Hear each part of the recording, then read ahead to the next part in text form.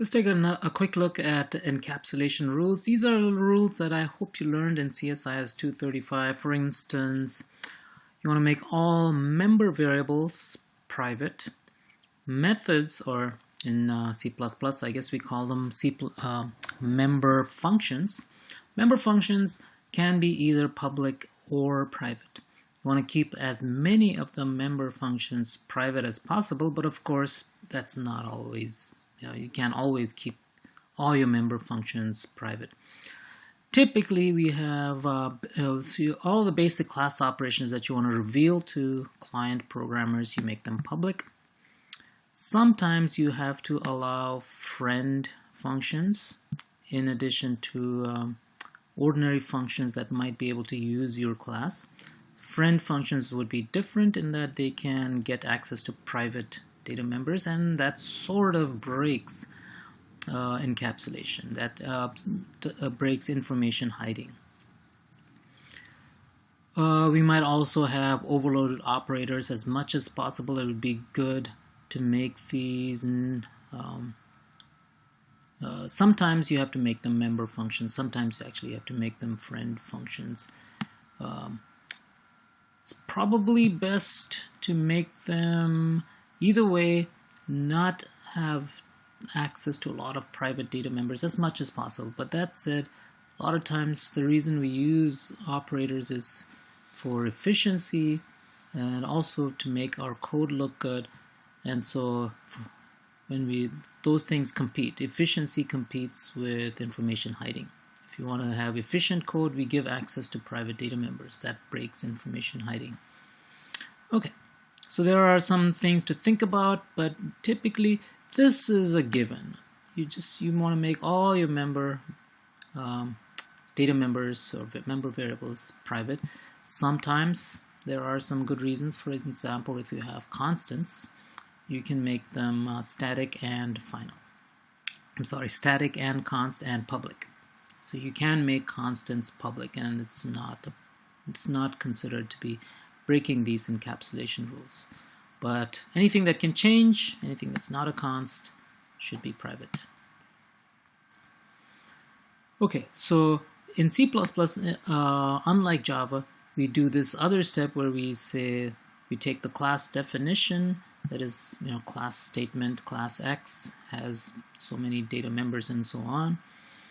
And for methods or member functions, we only list the prototypes. We only give enough information to say this is how you call the function, member function. Typically you don't reveal how the member function works. And so we put all of that information into a class implementation or .cpp file, and most of the time we make it unavailable to the client programmers. That is what the book calls the users of the class. So the users are, the way the book uses that word, it doesn't mean the person who runs the program, which is the normal meaning of that word user.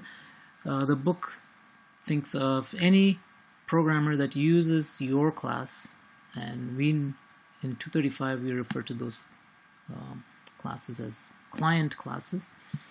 And so C++, the idea is that you make the implementation information, you don't make that available to the client programmers.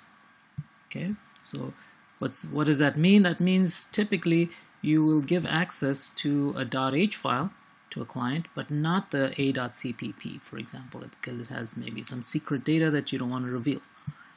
You make this available. This should be enough for the client. What do you do with this? You compile this into a library, and you supply the client with a library. That library is pretty much in machine code, and it is possible, it's very hard to actually go to that machine code and figure out what the code is in C++. It is possible, but it's pretty hard. Makes it harder for the client to sort of reverse engineer your precious program. Okay, so it's all information hiding, encapsulation, that kind of thing. Okay, so the interface file, .h file, contains class definition, function prototypes. The client programmers, or what the book calls users, see this .h file. It's a separate compilation unit. The implementation file is a .cpp. contains, typically we put all of the member function bodies or function definitions in that .cpp file, and it's a separate compilation unit. Okay, so when you're talking about classes, remember classes are not the only thing that we can use in C++. We can use structs and things like that, but from now on, when we say .h file, the understanding is that it's used for classes. And class interface is almost always put in a header file, and we use .h.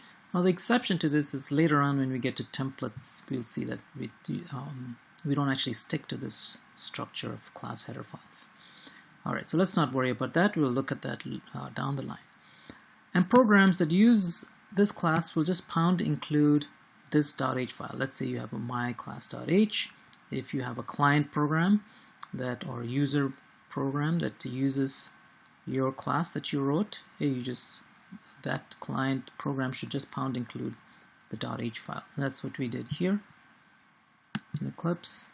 In main, we included a.h. So remember, there's two ways of including. There's the diamond bracket notation, which is for all of the system or .h files that are in standard places in the file system. And the other way of including is using double quotes, and these double quotes indicate that it's one of our files. That is ours as in something that you have access to that's not in the usual places, not in the standard places for the system. So this is different from IOStream, for example. That's a library, and so the angle brackets indicate that you have to find it in a standard include directory. Okay, usually it's in user include or user lib include, places like that. Okay, so there's a .h file, there's a .cpp file, which is the implementation file. It's given the same interface file name, so that is if you have a class, and usually we stick to an uppercase letter to start the name of a class, so it's convention to do that, and so you might want to stick to that. That's what most C++ programmers do. So although there's no rule that you have to give it the same name, that's what most C++ programmers do.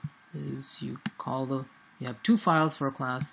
One is a .h, one is a .cpp. They both start with the same name before the file extension, and like I said, C++ does not enforce this, but it's a good idea to do it.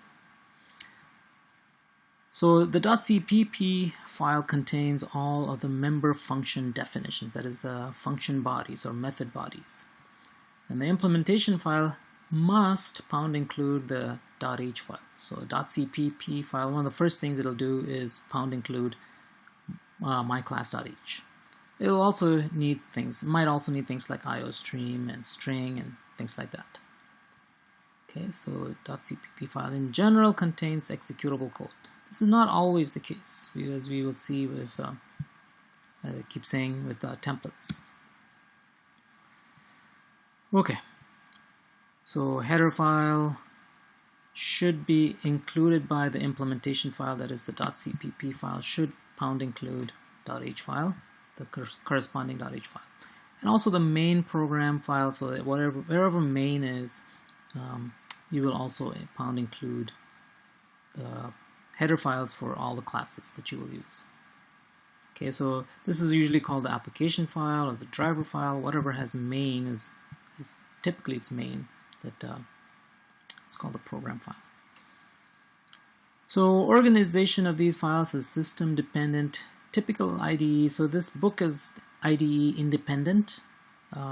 So we are using Eclipse for the most part, but some of you I know are using NetBeans and Xcode. Those are all standard IDEs. And all of those IDEs have what are called a workspace or a project, and Eclipse we have both. And there you put it in standard places. In Eclipse I like to use a source folder just because I keep my source I like to keep my source separate from all of the .o files and executable files, things like that. I know where my source code is. And even there, whatever structure the IDE has, you still need to include the header files, as we saw in Eclipse. Okay, so one of the things that you want to avoid is multiple compiles of the same header files.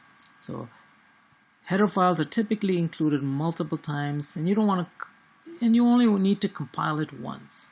The way Eclipse sets it up for us, it tries to minimize all of the compilation steps.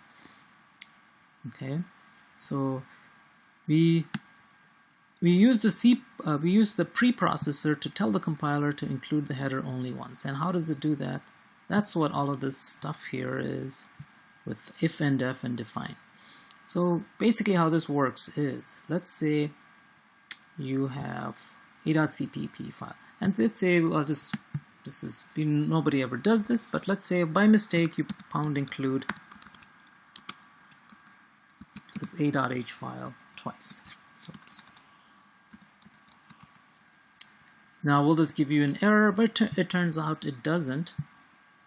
If you compile this, the C preprocessor does compile it, and it looks like it compiled fine.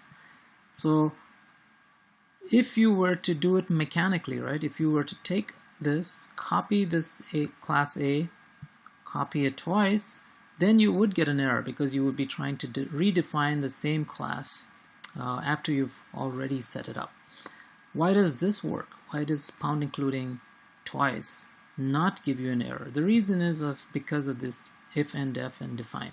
So what this says, the first time around, when you include this at this point, you copy all of this, and the C preprocessor says, if this a underscore h underscore is not defined, then define it, and then you have all of this. Okay, and then you go till the end. All right, so basically you put the class declaration here. Now if you do a include a.h again, this time around the old a underscore h underscore is defined, right? From the first time you included a.h, this was defined because it wasn't defined earlier. And so the second time around, when you see this will evaluate to false, and so it'll skip the rest of this. That's why you can think of this as an if statement. If this is not defined, put all of this into wherever you are including. So first time around, it is not defined, you include that class declaration. Second time around, it is defined, so this really doesn't do anything. And that's what those if and defs are meant to do. It's supposed to prevent you from including things twice.